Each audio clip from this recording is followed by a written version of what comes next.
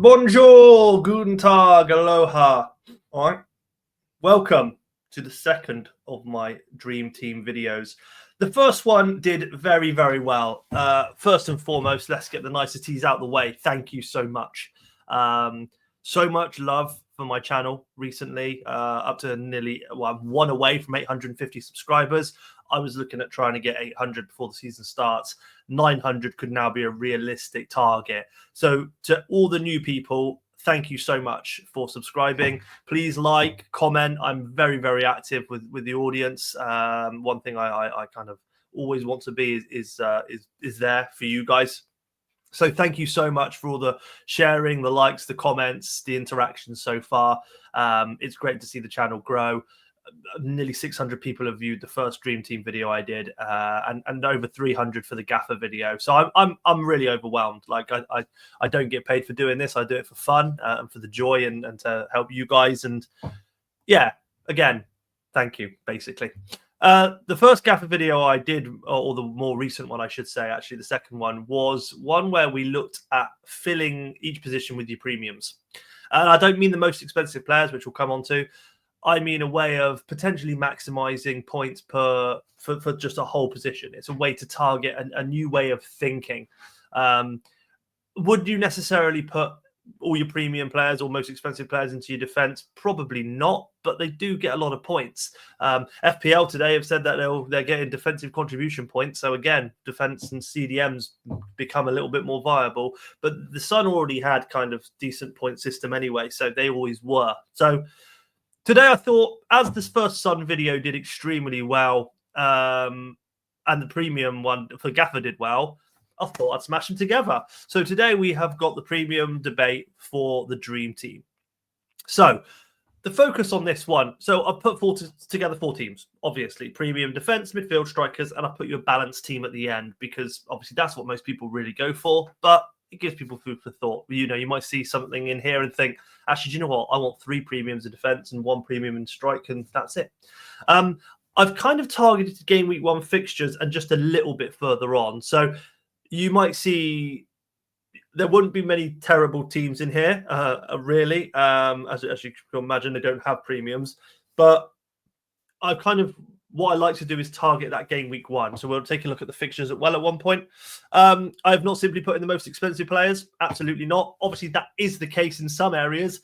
Haaland and Salah, because they are most expensive, but they are also all the best. So they are there, obviously. The stats that I've got are purely from the Premier League, nothing more. So obviously, I've added stats to the players to help you with your decision making, like I did with Gaffer. But you've got to remember this: the Sun, the Dream Team, they have European competitions, domestic cups as well, so they all count. I've just given you stats from the league because, in all fairness, when I was looking at players, when you had international fixtures, you had other things in there, things. I was just like, I'm not deducting, and it would have taken far too long. So you just got the Prem, and that's sometimes good enough. Okay, cool. Premium defense. Let's take a look at this. So the big at the back, we call that, don't we? I've gone for not the most expensive keeper. Edison, I think there's Allison and one other, I think, are 4.5. Edison is only 4 million. Who is the other keeper that's 4.5? Can't think of it off the top of my head, to be fair. But Allison is 4.5. Edison is 4 million. He played 26 last year. Remember, he had an injury. He kept 10 clean sheets. I think Man City have improved immensely over the summer. Everybody is now fit. So for me, I reckon he'll play more games this season, and I probably think he'll get more clean sheets. So actually at 4 million, not terrible. I put him in as the goalkeeper. I want to count him towards a defensive asset. So we've got double up there. So we've got Gvardiol as well. He's 5.5 million. He had 36 starts, out of anybody else in the Man City team. He had 5 goals and 13 clean sheets, which is pretty good. And again, like I said, there might be a little bit more rotation for him this year. So yes, he had 36 starts. With 8 Nori now coming in, I can potentially see that dropping a little bit. But he's still super important. He will be used for the European Cups and stuff. So actually the European competition. So actually, do you know what? He's still going to get a lot of starts, which count towards this. I can see more goal contributions potentially for him as well. So I'd say 5.5, a lot more clean sheets from Gvardiol this year. Next up, I put Frimpong. Not much you could say about Frimpong because he's brand new to the league. However, Liverpool themselves last year conceded 41 and got 14 clean sheets. Frimpong's 5 million. I think he'll be quite attacking, just like Trent was on the right-hand side. So I think that's a good shout for him. And I've paired him up with Kirkaz. Why not get double ups in the best teams in defence? It's something Craig used to do and talk about quite a lot on the Man On channel.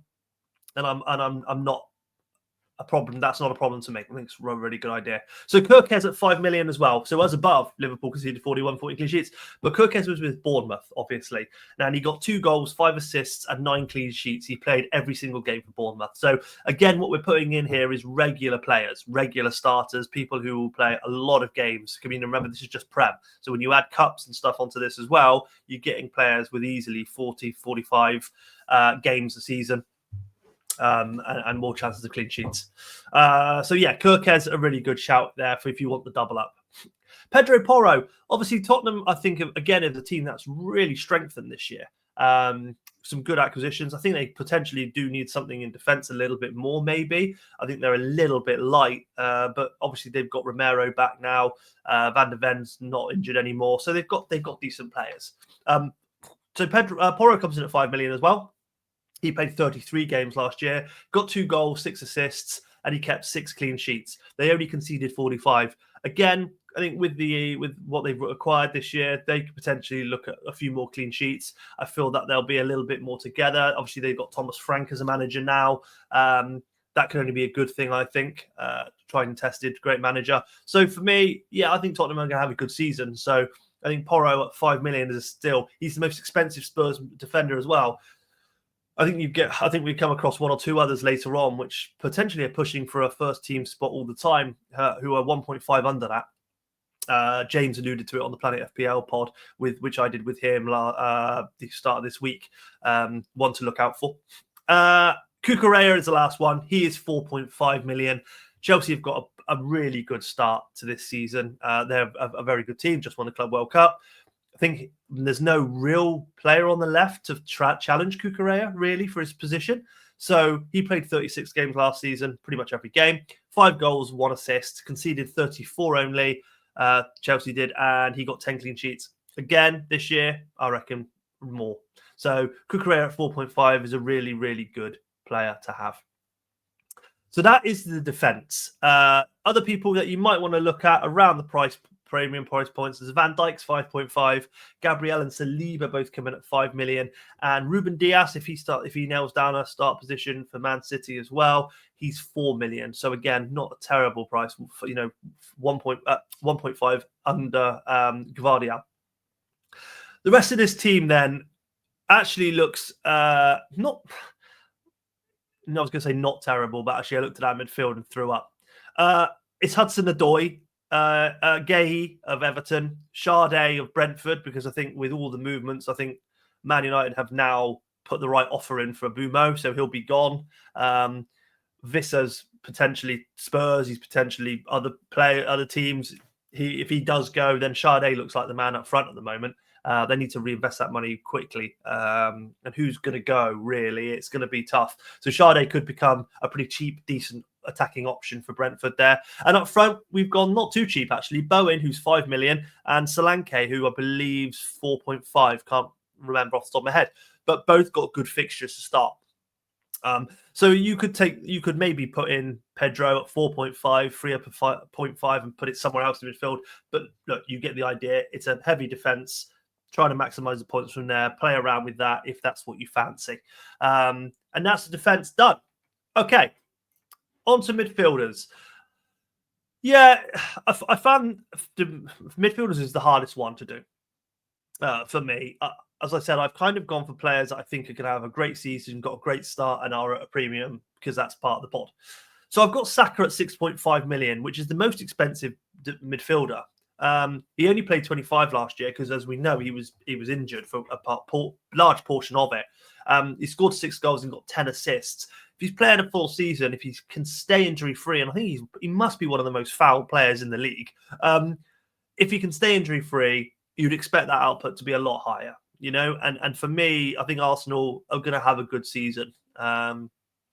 Obviously, they will have a brand new striker at some point for him to feed. And yeah, I think Saka might have a really good season.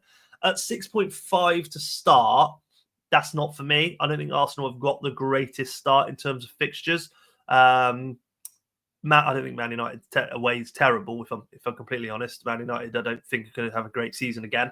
But I think he's got to be in there because I think he will have a really, really good season. And there's going to be times where if you start with heavy fixtures, at one point you're going to have a run of not so heavy, and that's the time you want to be looking. Maybe Palmer.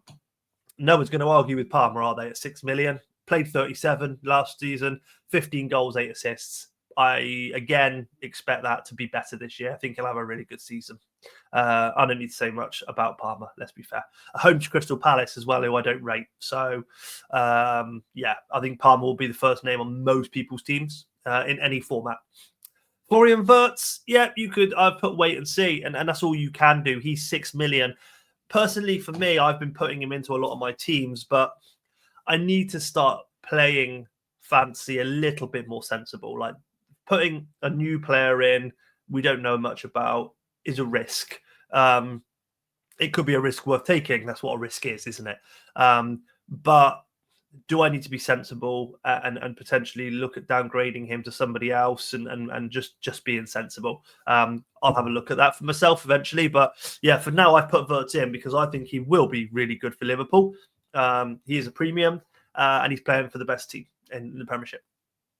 Foden's next. For me, I think he'll be the best player this season. I think Foden had a pretty torrid time last season, looked good in the Club World Cup. Season before that was magic. We've got no KDB now. I think Foden's going to play more central. I think he'll play actually just behind the strikers or striker. I think Savinho on the right, Doku on the left will be the main thing. Foden sometimes on the right, don't get me wrong. But he's got the ability and the versatility to move around within that team. I think he showed flashes of it at the end of last season. Carried it on for the Club World Cup. So for me, Foden at 5 million, he played 28 still, to be fair. He got 7 goals and 2 assists. I think he'll have a standout season. I think he'll go back to the 2 seasons previous, and I think he'll be really, really good. And he needs to be, if I'm honest, with KDB leaving. Next is somebody who's not a premium by any stretch, because you can see some of the others below him. But again, I spoke about Tottenham just now, and I think they'll have a great season. I think Kudus was a really, really good signing for them. I can see him playing a lot of games. He's not going to move to a team where he's going to potentially play less, I don't think. I just don't think that's right for any player to do in reality. But you never know. But for me, he's 4.5 million. He's got a home game against Burnley to start with. And he was with West Ham last year where he played 32, got 5 goals and 3 assists. I could see a much bigger output for Spurs. They create a lot more. They've really invested heavily. You've got kind of Maddison, Morgan Gibbs-White with him, creative players that can kind of set him away. He's a quick player. So I think for me, Kudus is a really good 4.5 shout in a team. Other midfielders to consider then around the premium price point. We have Bruno at 6 million, Eze at 5.5, Bumo at 5.5. Obviously, if he gets that move to United, we'll see what happens. Doku's 4.5, not a bad shout, I don't think at all. Morgan Gibbs-White, I've just mentioned, is 4.5 million. And Semenyo of Bournemouth is 4.5 million, not menu, that's his name. Semenyo is 4.5 menu. Brilliant. What a tit. Bournemouth are a wait and see for me in reality again. Not a terrible team. And as we mentioned on the Planet FPL pod, they are going under the radar a little bit because they've got a terrible first game in Liverpool. But actually their fixtures aren't terrible. So it's a team to look out for. I'd be surprised if I don't have 1 or 2 Bournemouth in my team when it starts. The rest of this team then, I'll be fair, it isn't terrible. You've got Pickford in goal, an away game against Leeds to start. Pickford's always quite a reliable keeper. Calafiori for Arsenal. And the reason I put Calafiori in and I put an Arsenal player in is just to show you that you can get players who play quite regularly for good teams as well.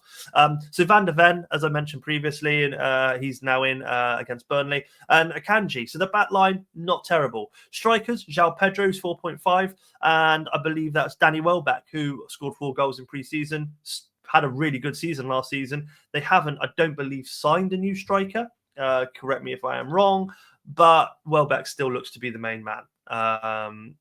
And with João Pedro gone, it's even further. Obviously, they got Jorginho Rutter as well, but he plays more behind than he does as a main striker. So not a terrible team to surround the premiums in midfield. Actually, I don't think. So the strikers, they're very expensive, as you can appreciate. So it does leave the rest of the team a little bit messed up. But with the strikers, what I've done is actually put some premiums in midfield as well. So you can see then, if you actually reduce one of those to a smaller one, you could upgrade the defense. You'd have a pretty good team. But what I wanted to prove here is it's not that hard to get a decent enough team by having all 3 premium strikers, and that is what we have here. That there's no reason I wouldn't put all 3 of those premium strikers in. So you've got Haaland, 7.5, Salah 7.5, and Isak at 6.5. Looks like Isak isn't going to Liverpool now. That's a story that's rumbling on and on. Apparently, he told them he wanted to move. Newcastle said, no, you're not going. He was disappointed but accepted it, and they had a gentleman's agreement to go next year or something.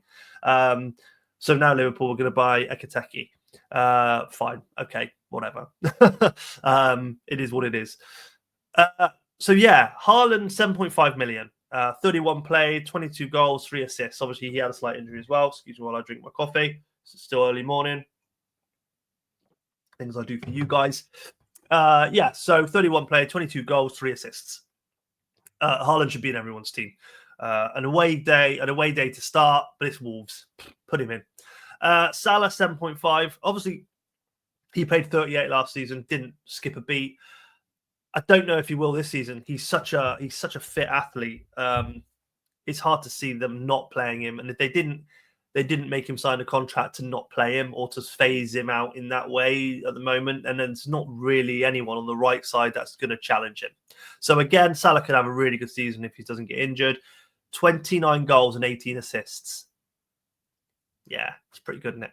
A home game to start against Bournemouth. So again, I don't hate it. He always seems to do well in game week 1. But their fixtures after that aren't brilliant. And I think we'll come on to that in a minute. Isak, 6.5 million, 34 played. Again, he had an injury or 2. 23 goals and 6 assists.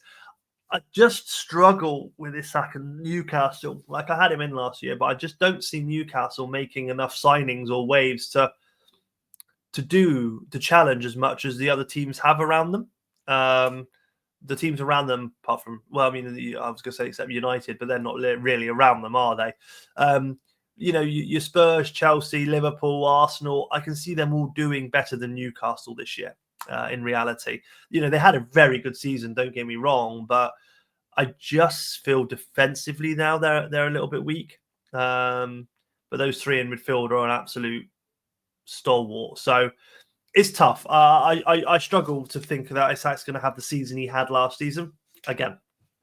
But anyway. Before we read the rest of the team, the other strikers. Watkins, 5.5 million. So if you fancy a bit of Ollie Watkins.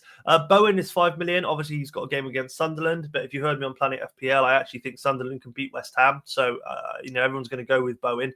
And I think you need to see the ownership of Bowen before you decide to or not. Because if it's up to 60% ownership on any fantasy game, you've really got to kind of decide whether or not you stick with people and don't lose ground or take that punt and see if it pays off.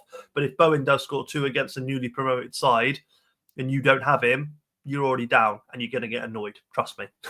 Cunha's 5 million. So, I think he'll be a main person at Man United. Why wouldn't he be? They don't really have much else. If he finds his shooting boots and form, I think, him being supplied on the right by Mbumo and left. Who's got on the left now? Oh God, I can't even remember now who they got on the left. They're changing so many people, and so many people want to leave. It's difficult. But yeah, Cunha's not a terrible shout at all. Visser at 4.5 million. Let's see where he ends up. You know, if he stays at Brentford, then yeah, and it's maybe not for me. But Visser at 4.5 million, if he starts to become, you know, a pretty main player at, let's say, Tottenham, because Solanke gets injured a lot and they want to rotate a bit, and I don't hate it. And then I think one of the stills there is Evan Nilsson at 3.5 million. I mean, I put him in premium strikers, but let's call him main striker. He's going to be playing up top for Bournemouth, and I can't see them doing terribly. I don't know why he wouldn't be banging in goals this year. Sorry, I got put off then. Something was flashing up on my screen. I don't know what it was, but we're still here and it's still working. So fine. Stupid thing. The rest of that team. So in midfield, we've got Bumo, Gordon, and Kluivert. So that's actually, I believe, 3 quite expensive players. So like I said, if you drop one of them down, you could update this pretty poor defense. But it goes to show you can have 3 of the most expensive, the 3 most expensive strikers, some pretty expensive midfielders, and then you've got money. So in defence, we've got Rico Lewis, we've got Veltman, Gusto, and Van Heck. In fact, we've got a double Brighton there, which nobody really would want. But it just goes to show, and Meslier in goal, who's 2 million. He's prone to a clanger, but if Leeds can keep some clean sheets, they did very well in the Championship, then Meslier is going to be not a bad player to have there. But yeah, it's a weak defence and goalkeeper in reality. But like I said, drop one of the strikers or midfielders down and you can upgrade that. And actually, it doesn't look terrible at all. Fantastic. Okay. So let's have a very quick look at the fixtures before we go into the balance team. I've done this. I've got the Opta data for the first 10 games here. So it tells you it goes from bottom to top of who's got the best fixtures. So apparently Wolves' first 10 are the best. No one wants Wolves players. Up next is Chelsea, who obviously I've said have got really good fixtures. Excuse me, and this proves it. Sunderland and Leeds. There's a possible, isn't it? So let's read my thoughts. I'm not going to go through everybody in order. You've got a visual there for that reason exactly. So Liverpool don't have a great start, but they are obviously the champions. In game week 4 onwards, they've got Burnley, Everton, Palace, then Chelsea, United, Brentford. So they do have a tough start. But if you're not having players for Bournemouth, Burnley, and Everton, I think it's just risky. I think being their champions, they've got a superb team.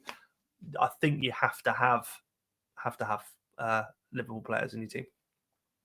As discussed on Planet FPL, Bournemouth are deceiving. They start off with that big game against Liverpool, which I think is why their opponent average rating is probably really high.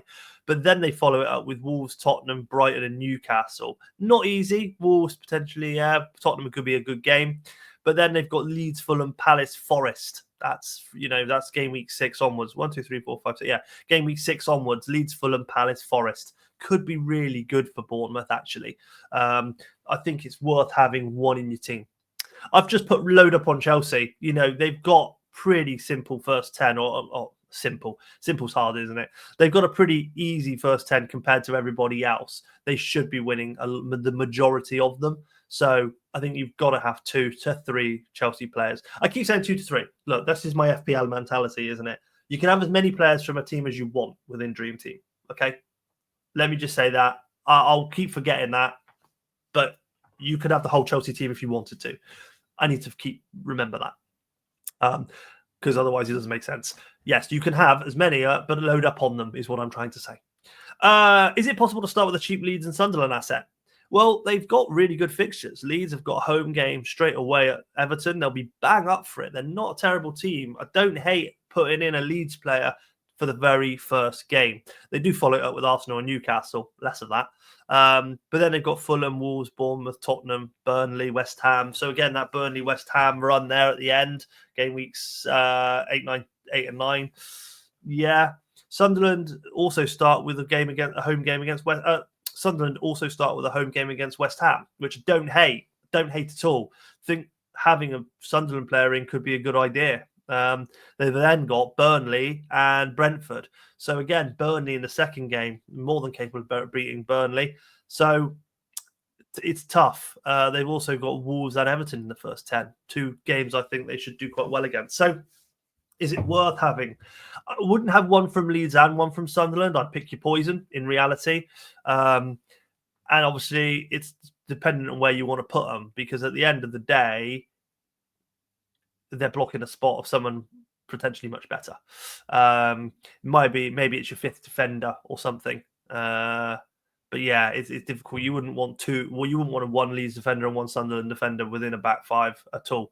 Or back 4, or back. Yeah, you don't want to do that. I don't think.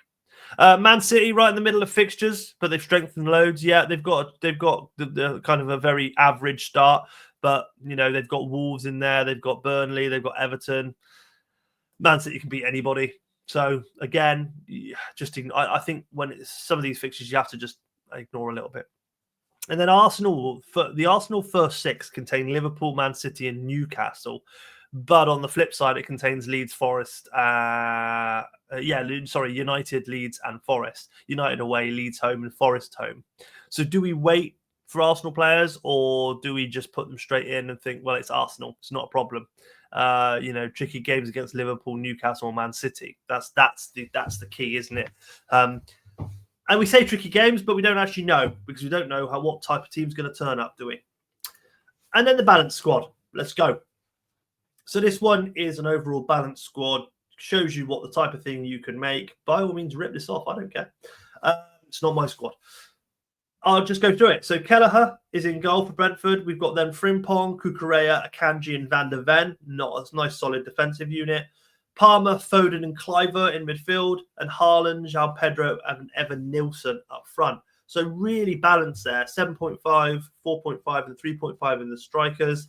And then we've got, I believe, 6.5, 5, and 4 in midfield. If I get that right, that's amazing. And I'm not doing the... Oh, no, actually, I know I can do it. 5 million, 4.5 million, 3.5, 3.5. There we go. And Kelly's 3. That's not on the screen anywhere. That's memory. That's how much I've pissed around in Dream Team so far. What an idiot. So Kluivert and Evan Nilsson have got potential for game week 1. So consider Evan Nilsson only. Maybe not a double up.